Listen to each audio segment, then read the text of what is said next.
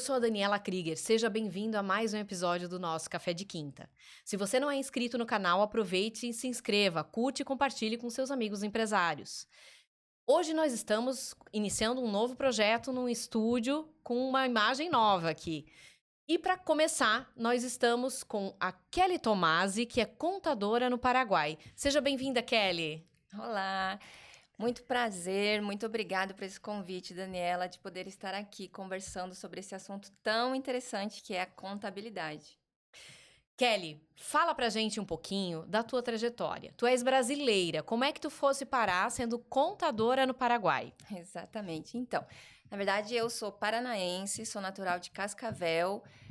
Quando pequenininha, desde 5 anos de idade, nós viemos morar para o Paraguai. E desde então estamos lá, estudando, trabalhando, fazendo faculdade, tudo lá. Então, é praticamente uma paraguaia também. Isso, que legal. Kelly, a gente está vendo um movimento de muitos empresários buscarem o Paraguai. Fala pra gente um pouquinho do porquê esse movimento está acontecendo. Então, é algo assim que eu tenho contabilidade já faz há 15 anos, então eu acompanho já essa migração de brasileiros. Eu sou sócia da Câmara de Comércio Paraguai-Brasil desde 2017. Então, assim, já faz algum tempo que isso vem acontecendo. Mas o que eu tenho notado, o interesse entre esses empresários, assim, Paraguai tem muitas coisas atrativas, né? Uma, talvez, das mais conhecidas seja o imposto. Nossas taxas, eles são menores. E antes eu percebi, assim, que todo mundo vinha com o intuito de entender, Kelly, mais ou menos a curiosidade. É mesmo esse imposto mais barato? Como que é? Como que funciona? E, ultimamente, o que eu tenho percebido, assim, nos últimos meses, podemos dizer, que é quase que uma fuga, um desespero do empresário brasileiro de ele buscar essa oportunidade. Então, já passou de curiosidade para uma necessidade, né? Quase que uma questão de sobrevivência. E se a gente fala em questão de fábricas, indústrias, realmente isso é um fato, né? Então, eu vejo por esse lado assim, é uma questão de inteligência, eu acho, de buscar, porque nós estamos num país tão perto, tão vizinho, né? Talvez tenha outros países que tenham alguns incentivos também para empresários, se a gente olhar para Uruguai, Portugal, inclusive, né? Mas a gente está aqui no ladinho, né? É um país vizinho do Brasil, Isso. principalmente. Uhum. Então, eu acho que é mais nesse sentido, assim, que eu tenho percebido. Pois é, no nosso último episódio, nós fizemos todo um levantamento de como ficou a reforma tributária aqui no Brasil. E ela ficou bastante. Ela é toda relativa ao consumo, aos impostos sobre o consumo, e ela está um tanto quanto alarmante para os empresários, porque ela se tornou cara, né? Então, assim, o que que a reforma tributária trouxe? Mais impostos. Não em quantidade, mas em volume de alíquotas. Então, as alíquotas estão muito altas, tudo. E a gente tem recebido muitas solicitações de empresários brasileiros para tirar a dúvida de quais as soluções. E o Paraguai realmente parece uma saída interessante, né? Conta pra gente como é que funciona a tributação no Paraguai e essa estrutura da empresa. Como é que abre a empresa? O que que precisa? Como é que tá funcionando isso? Então, a gente sempre procura entender assim, porque é muito particular de cada caso, né? Então, a gente precisa entender como que funciona a empresa para a gente poder indicar quais são as melhores opções. Mas se a gente for olhar num geral, o que que a gente precisa para abrir a nossa empresa? Inclusive, a gente pode abrir uma filial no Paraguai. Mas não é o que a maioria busca, geralmente é para cortar relações de alguma certa maneira. Então, como que faz para abrir uma empresa do zero no Paraguai?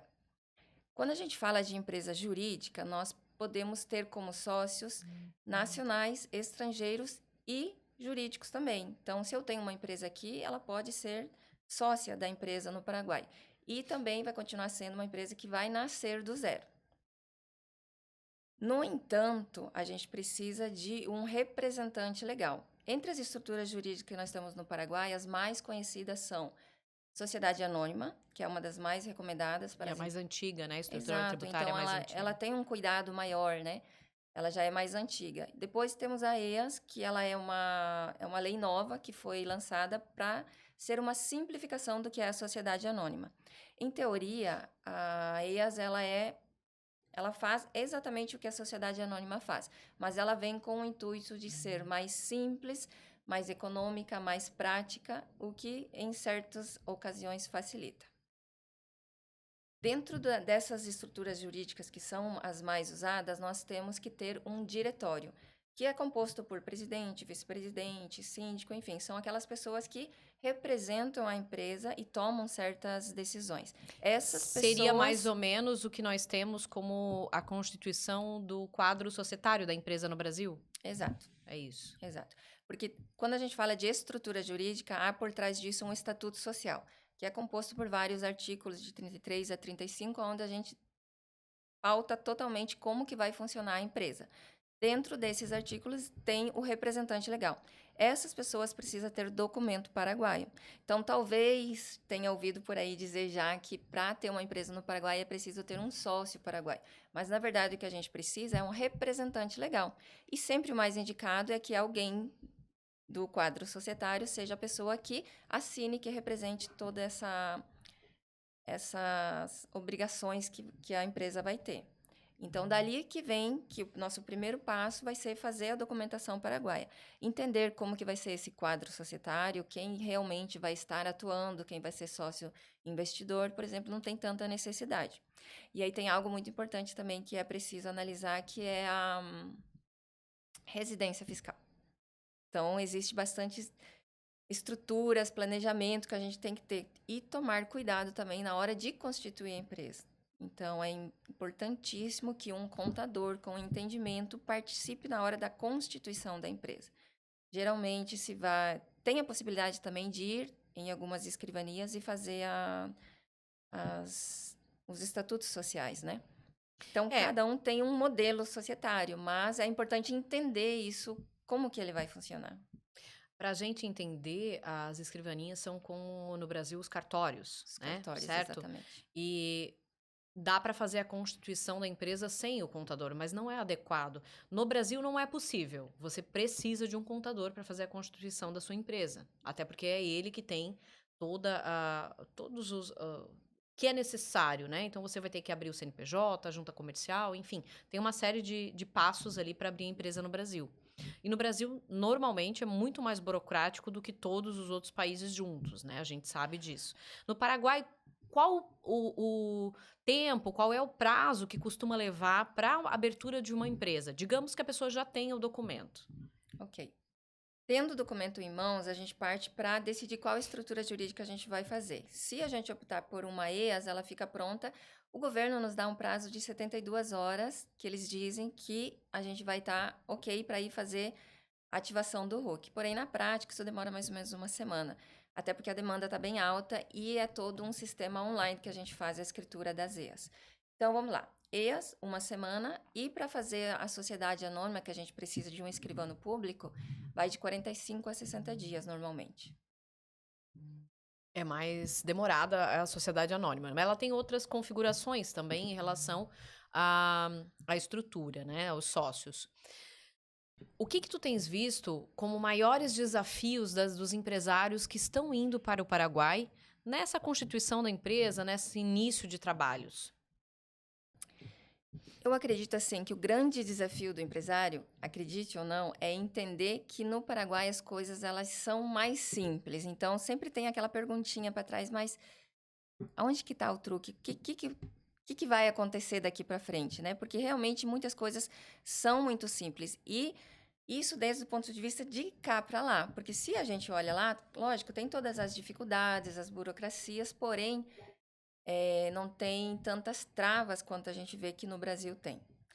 Então, assim, voltando, quais são as dificuldades que os brasileiros têm? Uma das coisas também é o idioma, porque lá em Santa Rita, onde que eu tô, que é uma cidade que acho que é a maior colônia que tem de brasileiros dentro do Paraguai. Nós podemos dizer que 85% da população da cidade são brasileiros, então tem certa facilidade. Mas quando já parte para fazer uma documentação, que precisa ir, por exemplo, Cidade Leste ou Assunção, aí já é um espanhol um pouco mais fechado. Então, essa é uma das dificuldades. Mão de obra, que costuma ser uma dificuldade aqui no Brasil, a gente tem de sobra no Paraguai. É uma mão de obra que precisa ser qualificada em muitos dos casos, então não é tão especializada assim, porém tem. Então não tem tanta dificuldade, não. É mais fácil do que se espera, tu dizes. Exatamente. E aí, vamos partir para a parte prática que todo mundo quer saber, né?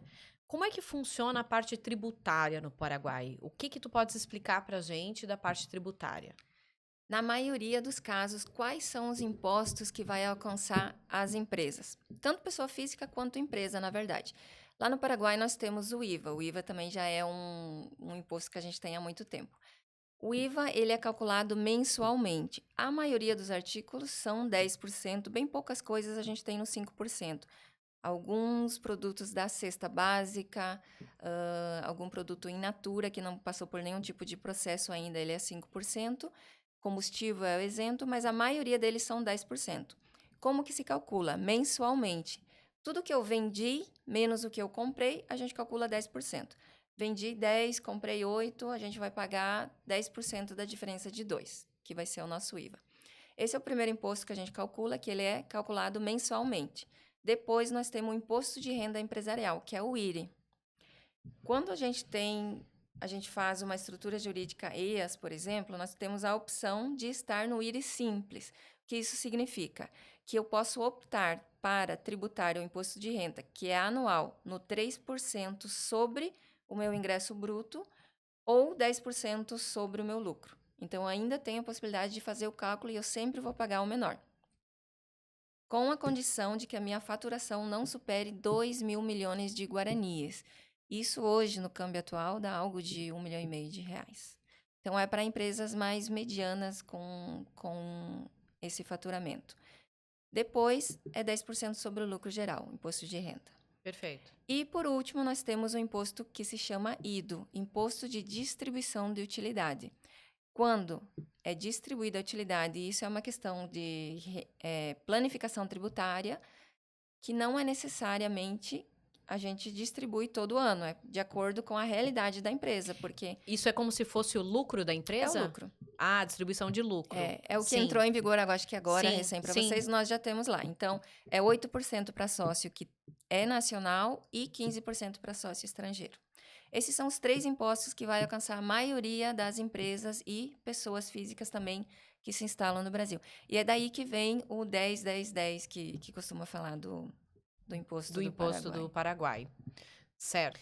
Kelly, e quais são os principais erros que os empresários cometem quando eles vêm para o Paraguai abrir uma empresa? Eu acredito, assim, pelas experiências que eu vi, é muito o imediatismo, né? Então, é muito aquela euforia de chegar e, às vezes, compra alguma empresa pronta, às vezes, toma alguma decisão sem ter um pouco de cautela e cuidado com isso. O Paraguai, ele tem muitos incentivos fiscais que são para empresários do exterior. Inclusive, o nosso presidente, ele busca muito isso, né? Muitos incentivos fiscais. E, às vezes, não chega no conhecimento de todos os empresários, né? O que a gente costuma orientar as pessoas quando ela vem com uma proposta para se instalar no Paraguai? Fazer um estudo de viabilidade. Dentro desse estudo de viabilidade, a gente consegue entender como que a empresa funciona. Fazemos um comparativo de como que eram os impostos no Brasil, como que seria estando no Paraguai e poder indicar a melhor opção. Então, talvez esse imediatismo seja uma das questões que eu mais tenho visto assim. Mas é algo que eu sempre comento também. Nada é eterno, tudo a gente pode corrigir. Então, se tiver alguma coisa para alterar, também é fácil. No Paraguai não tem tanta burocracia para a gente poder corrigir qualquer tipo de situação. E olhando agora para o mercado, como tu falou, o Paraguai está com bastante incentivo a trazer, industrializar no país, né? Quais são os ramos que tu vê que tem muitas possibilidades que as pessoas estão buscando e ainda não tem no Paraguai? Bom, não tem como falar sobre incentivo fiscal no Paraguai e não comentar sobre a maquila, né? Então, a maquila é o melhor dos cenários, onde aqueles impostos que eu comentei, que a gente tem 10% de IVA, 10% de imposto de renda, mais depois a distribuição de utilidade, Tendo maquila, a gente só vai pagar 1% de imposto. Então, anula todos os outros e a gente paga 1% de imposto. Então, esse é um dos maiores incentivos que a gente tem dentro do Paraguai e que podem e devem ser explorados aqui dentro. Quando a gente fala de maquila, o que é a maquila? Precisamos ter uma empresa nacional constituída no Paraguai, precisamos ter uma matriz no exterior, pode ser no Brasil, pode ser outro lugar, mas tem que ser no exterior, aonde a gente vai receber as matérias-primas para a fabricação dentro do Paraguai. Vamos fazer uma transformação dessas matérias-primas e vamos exportar o produto final para o exterior. Então, é como se fosse uma importação temporária das matérias-primas. Tudo isso tem que ser analisado e de uma maneira bem correta para poder ser apresentado para o Ministério de Indústria e Comércio, de modo que seja aprovado por eles. Recentemente também teve uma alteração na lei, onde foi permitido ter serviços na maquila.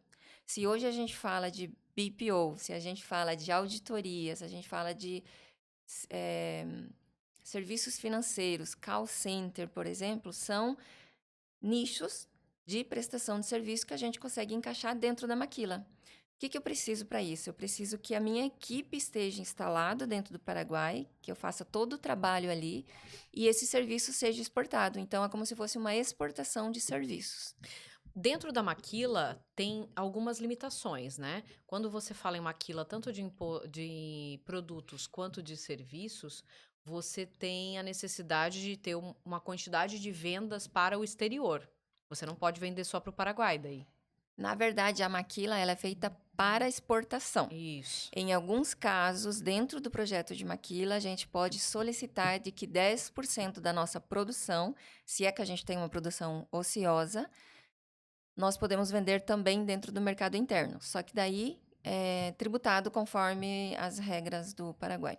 Uma coisa Perfeito. importante também de colocar é que o Paraguai, ele tem um imposto territorial. Então, tudo que a gente faz e vende dentro do território paraguaio é tributado. Quando eu faço uma exportação de serviço ou de mercadoria, ele fica isento. E o Brasil tem a tributação mundial, né? Então, é aí que vem esse conflito e essa questão que é importante a gente ter cuidado, né? Nessa análise é importante sempre lembrar que se faz a análise de viabilidade considerando as tributações do Paraguai e mesmo havendo essa exportação do produto do Paraguai, produto ou serviço do Paraguai para o Brasil, tem que considerar o que vai ser cobrado no Brasil de imposto, porque a gente tem acordos Exatamente. bilaterais, mas ao mesmo tempo o Brasil ainda continua tendo impostos de importação. Então a gente tem que sempre analisar isso. Isso é uma coisa que tem que estar calculado, né? Tem que estar ciente na nossa planificação, né? Porque, como eu costumo dizer, no Paraguai tudo é muito simples e realmente é. Complica quando chega aqui, porque, obviamente, vai ser uma importação que o Brasil vai estar fazendo na parte de tanto serviço ou produto. Por exemplo, eu tenho bastante casos também de representantes comerciais que eles vendem dentro da América Latina, por exemplo. Então, abre-se uma empresa dentro do Paraguai, faz todas essas invoices de serviços, de comissões, né? Essas representações, seja faturado dentro do Paraguai. Isso elimina o nosso IVA, que é 10%, a gente vai ser isento, então a gente vai ter zero. E se a minha comissão entrar dentro daquele valor lá que a gente tem o IRI simples, eu pago 3% de imposto de renda. Então, é muito perto do que é a maquila 1%. Sim. Então, assim, tem várias coisas que a gente consegue planejar, planificar, por isso que é importante ter essa conversa. E outra coisa que eu sempre acho muito importante de dizer: cliente, contador, tem que ter uma conversa próxima. A gente tem que estar entendendo do que está acontecendo. Tem que ser amigo, não tem outra alternativa, né? Isso é um ponto que eu sempre levanto para os empresários do Brasil, justamente de escolher boas contabilidades. Porque o contador, ele não pode ser simplesmente um emissor de guias. Ele tem que ser um consultor que você vai lá e descobre qual é a melhor forma de trabalhar. E eu entendo que no Paraguai seja a mesma coisa. Você precisa ter uma proximidade com esses profissionais, né? E dependendo do tamanho da empresa, eu sempre indico, cerque-se de bons profissionais, né? Você falou de BPO, para quem não conhece, BPO financeiro é a terceirização do financeiro. A gente tem uma empresa disso e estamos exportando o nosso serviço para o Paraguai também. Enfim, tu falasse de toda a composição, mas assim, o que tu tens visto de empresas vindo, quais ramos te pareceu que ainda está em defasagem? É o que eu sempre costumo dizer. O Paraguai, pelo menos na nossa região, vamos dizer assim. Inclusive, nós somos considerados como interior, né? Falando lá de Assunção, eles falam que nós somos do interior. Eu vejo que a gente é muito carente em qualidade de produtos, diversidade, porque assim, o Paraguai não tem tanta indústria. E as indústrias que hoje estão instaladas no Paraguai são para maquila que são para exportação. Então, assim, é muito carente também para o mercado interno.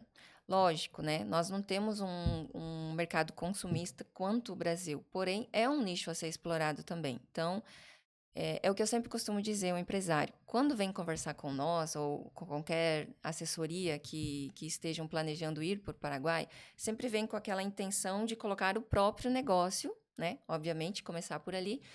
Só que quem é empresário tem aquele feeling, tem aquela...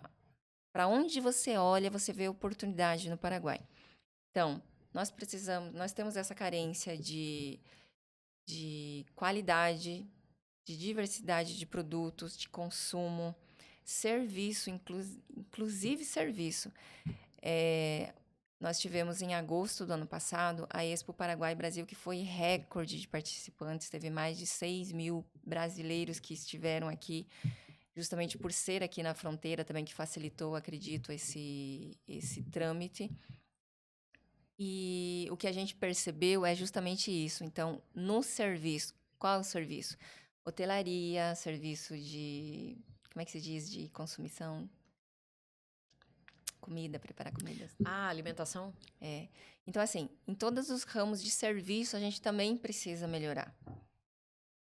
Isso gera uma grande possibilidade de oportunidades para os brasileiros, porque assim, o mercado brasileiro, apesar de nós termos muitas dificuldades, já desde a minha época de faculdade, mais de 20 anos atrás, quando a gente tinha estagiários que iam para os Estados Unidos, para a Europa, para vários lugares do mundo inteiro, eles eram muito bem preparados na parte de atendimento, na parte de higiene. Então, isso é uma coisa que o Brasil tem de benefício. Apesar da nossa legislação sanitária ser bastante rigorosa, aliás, apesar não, sendo a nossa legislação tributária muito rigorosa, o que acontece? Torna o brasileiro muito crítico em relação a isso. Então, quando ele abre um negócio em qualquer outro lugar do mundo, ele traz essa exigência de entregar o melhor, né? Isso acaba sendo do brasileiro. E aí a gente vê que o Paraguai realmente tem oportunidades de todas as áreas e que quando o brasileiro traz isso para o atendimento, para a execução, ele traz uma excelência, né? A gente percebe isso. Ele tem essa natureza já de fazer as coisas de uma forma com bastante rigorosidade. Até porque as nossas leis aqui, elas são muito exigentes. Então, a gente, para cumprir tudo, a gente acaba tendo mais excelência no serviço. Exatamente. Eu vejo assim, nós brasileiros somos muitos empreendedores, então a gente tem aquela, como se diz de uma maneira saudável, de ter ganância, como é que se diz? Ambição. Isso. Então, os brasileiros eu vejo que são empresários, são muito empresários e têm essa ambição de vir fazer e acontecer. Se você olhar dentro do Paraguai, os lugares mais desenvolvidos, bom, eu falando da minha região de novo, que é cheio de brasileiro, né? Mas é muito desenvolvido justamente por isso. Então, tem essa oportunidade de vir, de conhecer, de fazer acontecer. Eu tenho meu escritório há 15 anos. Eu nunca acompanhei algum caso de algum cliente, nem meu escritório, nem de perto, né? Porque ali a gente é tudo muito... tem muitos colegas. de alguém que fechou a empresa porque foi negado algum tipo de permisso, porque não teve muitas vendas, enfim, que faliu. Então, quem tem vontade de fazer, tem mercado para crescer dentro do Paraguai.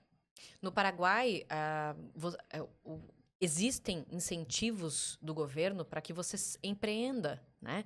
Então, aquele hábito que nós temos no Brasil de matar um leão por dia, sendo empreendedor, no Paraguai me parece que isso não é que não tenha dificuldades, é claro, você vai ter os seus desafios, mas parece que isso não está estatizado. Isso não é uma informação geral, não é difícil para todo mundo, né? Exatamente. E é o que eu costumo dizer também.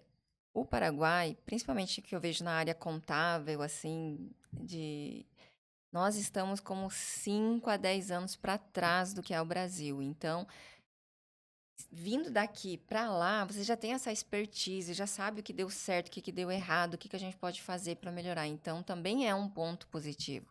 Nós estamos começando agora com faturação eletrônica. Contabilidade no Paraguai ainda é aquele negócio de estar carregando manualmente, de ter fatura que você faz à mão. Então, tem muitas coisas, muitos nichos, muita oportunidade para a gente poder crescer lá. A gente percebe assim, o Paraguai não tem nada de mercado eletrônico, ele tem muito pouca venda de e-commerce, mercado digital é muito pequeno ainda, né? Muito ínfimo. Isso tem muitas oportunidades ainda. E quando a gente fala tu fala de faturação, de fatura, a fatura é a nota fiscal no Paraguai, né? Sim. Então, há 20 anos nós implementamos a nota fiscal eletrônica no Brasil e ela ainda está em transição. Até alguns anos atrás ainda era possível emitir a nota fiscal D1, D3 na mão, né? Hoje não é mais permitido. Então, o Paraguai ele se torna uma oportunidade também para prestadores de serviço que já estão habituados a fazer esse tipo de serviço. E aí vem o seguinte, quando a gente fala das empresas se instalarem, o que elas têm de obrigatoriedade para fazer a parte burocrática, além da abertura? Porque quando a gente fala de abertura de empresa, tem lá o A, B, C, D, tem que fazer o RUC, tem que não fazer, tá. Mas assim, depois, a empresa funcionando, como é que funciona o dia a dia fiscal, contábil da empresa no Paraguai? Vamos falar das leis trabalhistas também? Vamos. Porque é outra coisa interessante que tem no Paraguai. Que eu vejo que é muito mais simples do que é aqui também. Como que funciona a lei trabalhista no Paraguai? Nós temos o IPS, Instituto Privado Social. Toda empresa ela é obrigatória fazer essa inscrição patronal, onde a gente vai inscrever os nossos funcionários. Como que funciona? Todo o valor de salário que a gente paga para o funcionário, que o salário mínimo no Paraguai está 2.800.000 e pouquinho, a gente paga 25,5% do salário dele para o IPS. A gente desconta 9% do funcionário e a carga tributária final que a gente absorve é 16,5%. O empresário. O empresário. E todo esse valor, tanto do salário quanto do aporte patronal, ele é deduzível para o imposto de renda. Depois disso, nós temos... Peraí, vamos lá. O que você paga de imposto para o funcionário como o equivalente ao INSS no Brasil, ele é deduzível do imposto de renda da empresa. Aqui não é? Não. Aqui tudo acumula. No Brasil a gente não deduz nada. Lá é deduzível. Esses 16,5% que eu pago pro IPS, a gente desconta do nosso imposto de renda no final do ano. Depois disso, nós temos as férias dos funcionários, que são calculadas da seguinte maneira. De 0 a 5 anos são 12 dias por ano, de 5 a 10 anos são 18 dias por ano de férias, e mais de 10 anos são 30 dias de férias. Então, se o funcionário ficou 2 anos numa empresa e 2 anos na outra, ele não tem direito a 30 dias de férias? Não. Só depois de 10 anos é 30 dias de férias. E quando tu falas de legislação trabalhista, tem diferenças. Só tem o IPS, que equivale ao nosso INSS. Ele é obrigatório ou tem a opção do funcionário não querer? Não, ele é obrigatório, por lei. Ok. No Paraguai, existe duas maneiras de contratação, onde o funcionário ele é dependente ou independente. Quando a gente fala de funcionários dependente, aquele que usa uniforme, que usa crachá, que cumpre horário e que recebe alguma ordem superior, esse é considerado um funcionário dependente. Portanto, ele tem que estar inscrito no IPS. Esse é o que diz a Perfeito. nossa lei. Quem é o funcionário independente, ele faz uma prestação de serviço. O que seria o RUC de pessoa física, por exemplo. Então, tem vendedores que trabalham para mais que uma empresa. Exemplo, esses são independentes. Certo. Kelly, contadora, que trabalha para mais que uma empresa, independente. Então, essas são as maneiras da gente ter relação lá no Paraguai. É como se, no caso do independente, ele não tivesse um vínculo trabalhista. É Exatamente. isso? Exato. Tá. Tá. E tu falasse do RUC. Explica pra gente direitinho o que é o RUC. Porque às vezes as pessoas tendem a dizer que equivale ao CPF aqui no Brasil, mas como ele funciona exatamente? Para a gente começar a existir, ter uma vida financeira dentro do Paraguai, nós precisamos ter o nosso RUC. RUC é Registro Único de Contribuinte.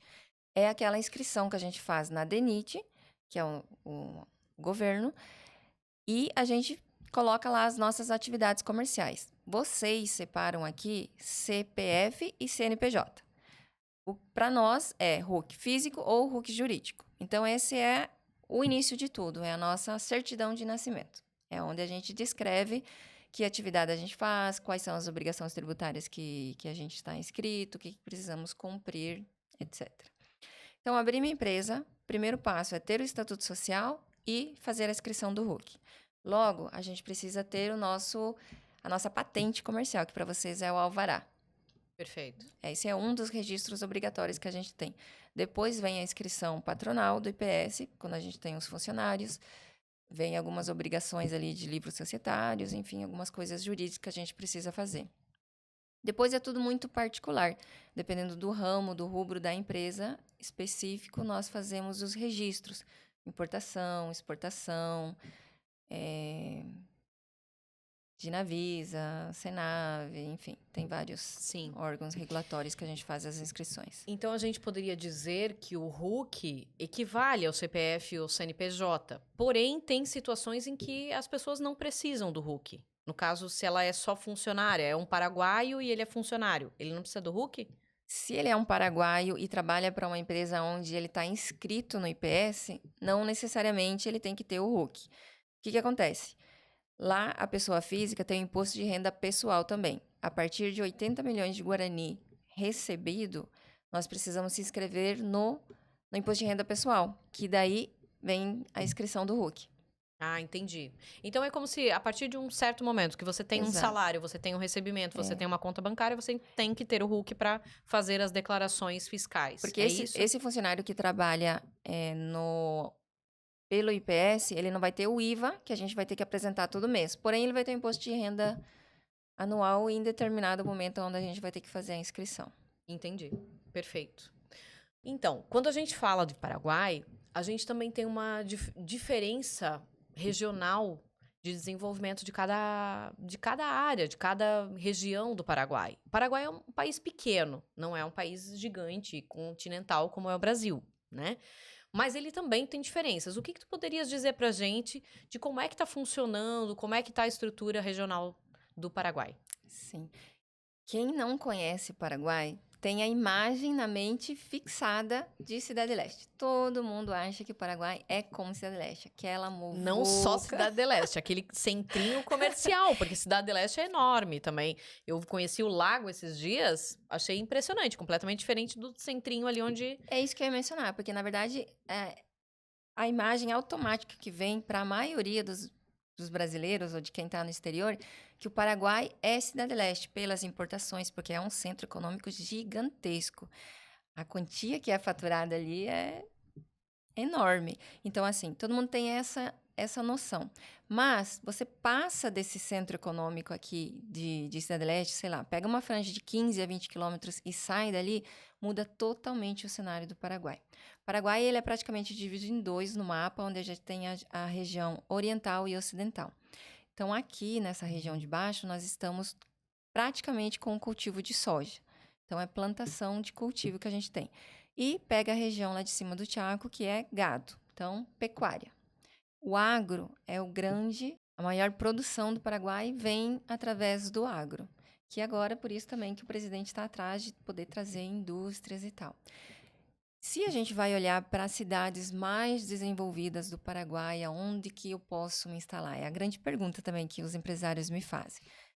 É preciso analisar cada caso, né? Dentro do estudo de viabilidade, a gente olha a questão de logística, né? O que que a empresa vai se dedicar, enfim. Mas as cidades mais desenvolvidas, a gente tem a capital, né? Assunção, que está cada dia mais linda, é um edifício novo para todo lado. Nós temos Encarnação, que é uma cidade maravilhosa, rodeada por água, encantadora essa cidade. Nós temos Santa Rita, porém, por mais que ela seja pequena, a gente está com uns 70 mil habitantes aproximadamente, ela é bem desenvolvida.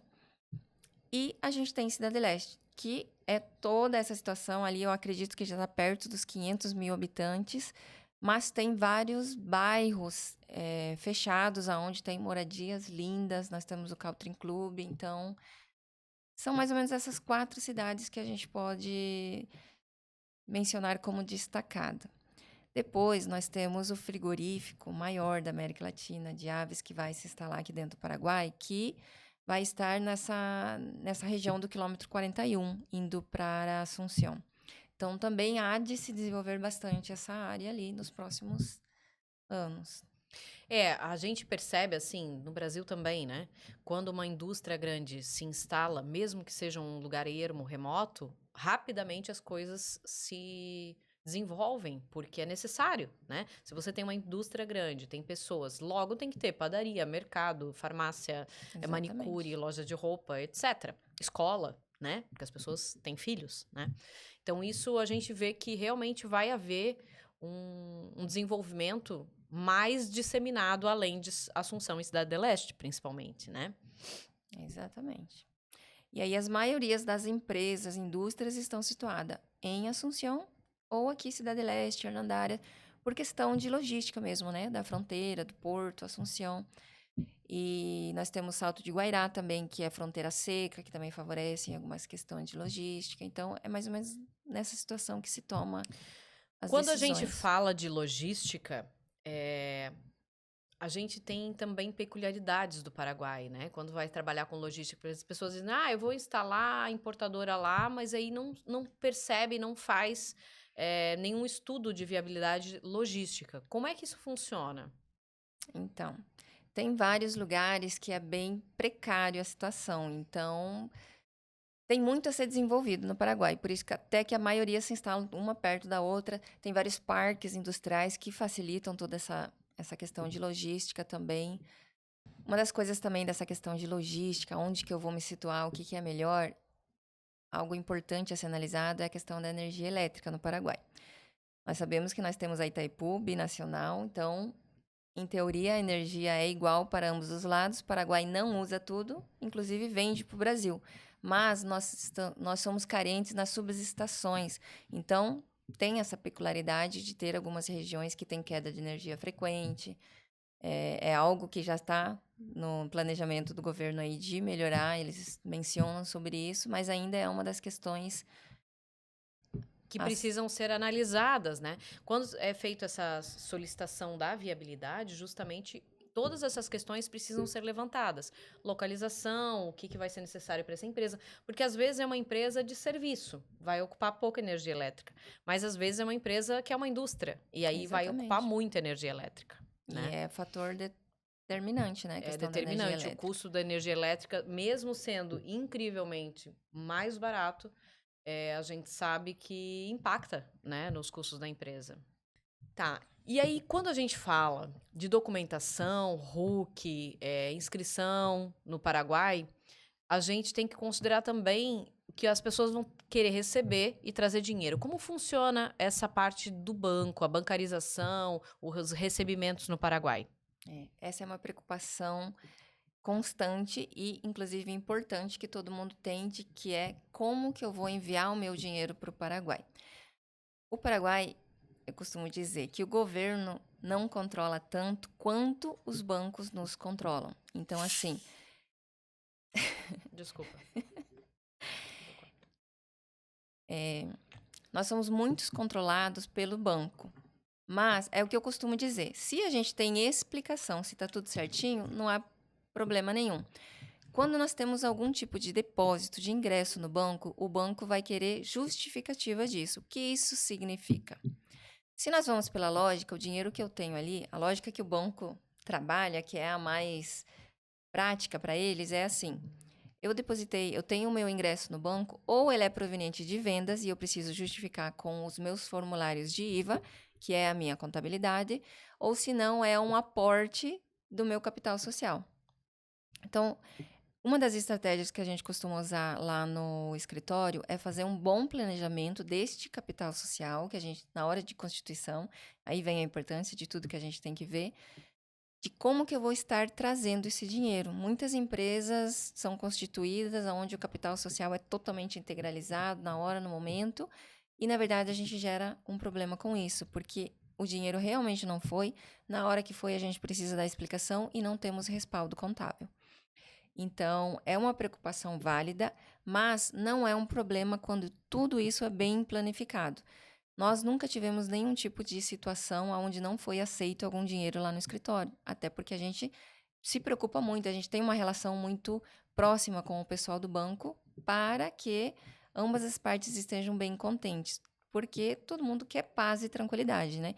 Nós, pelo menos, trabalhamos assim no escritório de fazer tudo certinho, de não ter preocupação e poder dormir com tranquilidade. Essa é a intenção. Então, tudo dentro da lei, encontrando as brechas possíveis, contáveis, para pagar menos imposto, embora o imposto seja menor também. Essa parte do banco, realmente é muito importante fazer o planejamento correto para trazer o dinheiro, seja de onde vier, e o dinheiro ter origem, né? Além disso, no Paraguai se leva muito a sério as dívidas, por exemplo, em cheques, né? Eu soube de alguns empresários que tiveram a conta bloqueada por conta de um cheque devolvido, de 2 ou 3 cheques devolvidos. Então, isso é uma coisa que deve haver um controle de fluxo de caixa, porque se trabalha muito com cheques ainda, diferente do Brasil, que a gente quase não trabalha mais com cheque. O Pix facilitou nesse sentido, né? Mas é importante fazer esse planejamento para que não haja esse bloqueio das contas, porque eles levam muito a sério isso. Como é que funciona certinho? Então, para nós, cheque é dinheiro. E é o que eu falei, né? Que a gente está uns anos para trás de vocês. Então, assim, para nós, cheque é dinheiro, funciona. Se eu tenho problema com 3 cheques no Paraguai, insuficiência de fundo ou qualquer outro motivo, nós temos a conta bloqueada por 10 anos. Então, a gente fica inabilitado por ter conta bancária durante 10 anos se eu não tomo cuidado com isso. Então, todo mundo respeita muito o cheque. Cheque para nós é dinheiro. E é muito comum ser trabalhado assim com recebimento de cheque, 30, 60. Existe o cheque diferido, né? Então, O que é o cheque diferido? quando a gente pede talão de cheque no banco, tem o pagamento à vista e tem o cheque diferido, onde eu posso colocar uma data posterior para poder fazer a emissão desse cheque. Exato. Então, na hora de fazer a abertura de conta no banco, nós temos a opção de ter a Caja de Ahorro ou a conta corrente. A diferença entre as duas é que a conta corrente nos possibilita trabalhar com cheque. Entendi. Quando a gente fala de controlar essa parte burocrática, tu falasse que a nota fiscal eletrônica está sendo implementada, né?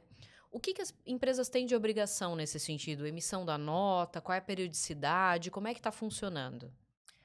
Então, todas as empresas jurídicas novas, recentemente, a gente tem que fazer sim o timbrado eletrônico, que é a faturação eletrônica.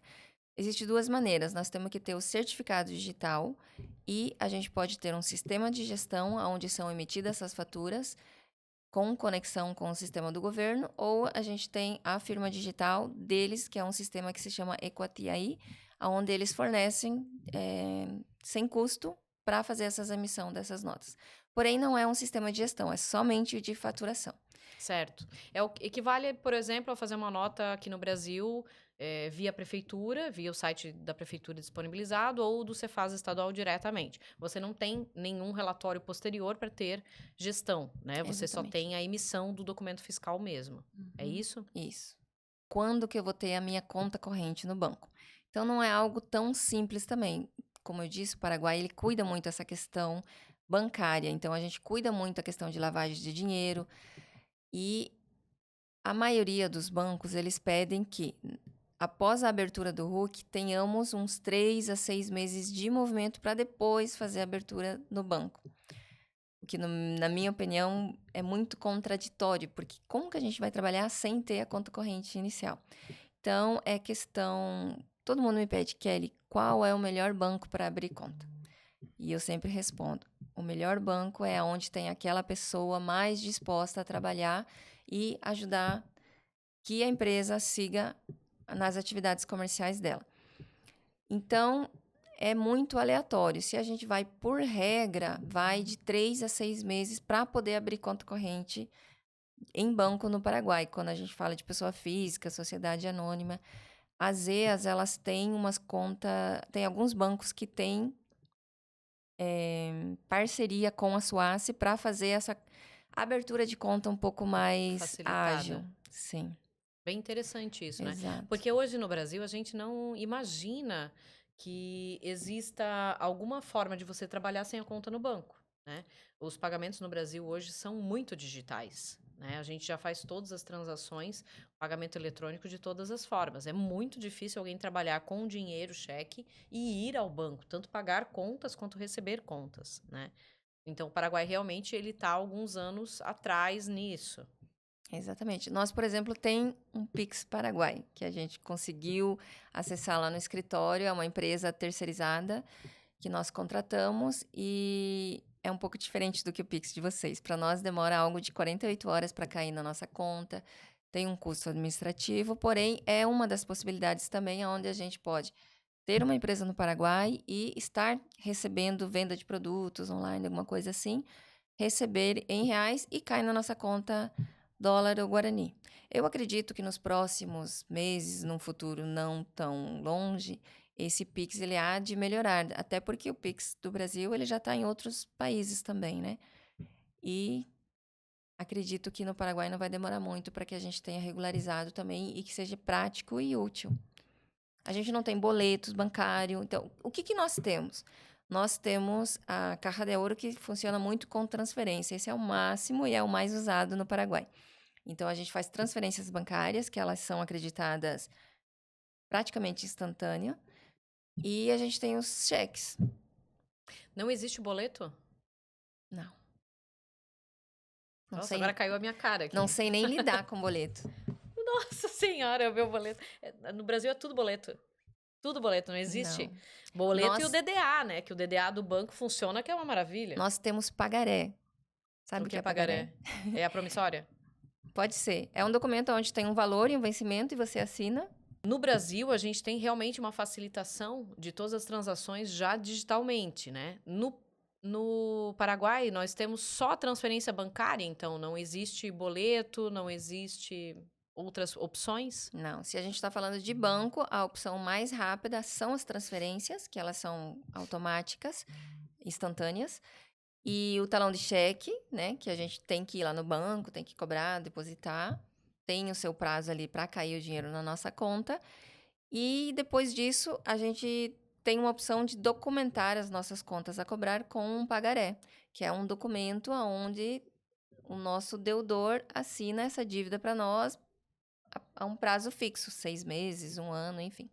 Equivaleria, então, o pagaré a uma promissória, onde você tem as informações do devedor, ele assina, e isso é um compromisso de pagamento, Exatamente. correto? Ele também tem a validez como se fosse um cheque, então a gente pode cobrar judicialmente e tal. Perfeito. Mas ele não tem o bloqueio de conta como cheque? Não, porque não está vinculado com o banco. Perfeito, entendi. Enfim, eu acredito que deve haver alguma movimentação, inclusive dos bancos, para facilitar isso, porque para os brasileiros, ter o boleto, emitir os boletos, fazer o seu faturamento já facilita muito, né? A gente já está no pagamento eletrônico há muito tempo. Eu imagino que há 20 anos atrás, quando eu iniciei nessa minha carreira de financeiro, nós já fazíamos pagamento eletrônico, né? Tudo com boletos. Então, deve ser desenvolvida alguma opção aí nesse sentido. Acredito que sim. É. Kelly, foi uma conversa incrível. Nós ainda vamos ter muitas perguntas. Eu acredito que você vai ter que voltar para nos tirar dúvidas aqui. E eu quero te agradecer muito a tua presença aqui no Café de Quinta desse episódio. Imagina, Dani, eu que agradeço, uma honra estar aqui, conversar sobre esse assunto, tirar tanto. E é como você falou, cada vez, cada dia surge uma situação nova, uma dúvida nova, e tomara que a gente tenha uma próxima oportunidade de vir aqui. Muito obrigada. Eu que te agradeço a presença maravilhosa e espero que vocês, nossos ouvintes, nossa audiência, goste das informações. E claro, nós vamos sempre buscando mais informações e soluções para os empreendedores, certo? Aproveite esse momento, se você não compartilhou ainda o episódio com aquele amigo que é empresário, compartilhe agora. Se inscreva no canal e curta os nossos episódios. Chegamos ao fim de mais um episódio do nosso Café de Quinta. Até o próximo.